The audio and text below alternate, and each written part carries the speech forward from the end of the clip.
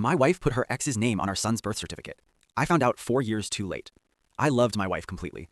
6 years together, married for 5, a home and a family I was proud of.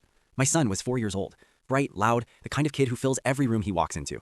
I called him Noah from the day he was born, a name we had chosen together over dinner one evening.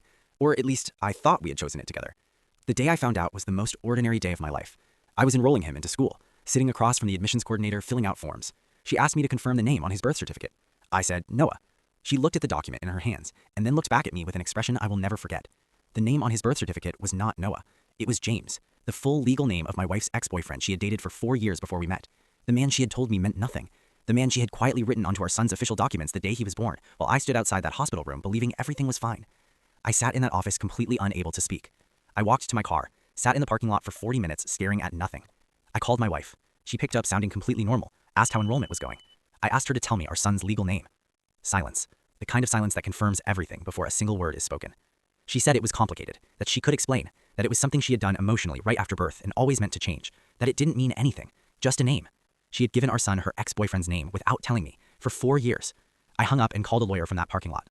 That evening I asked her one question. Was my son biologically mine? She started crying immediately. I arranged a DNA test. She begged me not to, said it would destroy everything. The results came back 10 days later. My son was mine, 100%. But that almost made it worse, because it meant she had looked at our newborn son and written down another man's name purely out of emotional attachment, not paternity, just because she couldn't let go. I filed for divorce 3 weeks later. She told our families I was overreacting, that it was just a paperwork issue. I sent every family member who contacted me a photo of the birth certificate with one message, just a name. Nobody called back after that.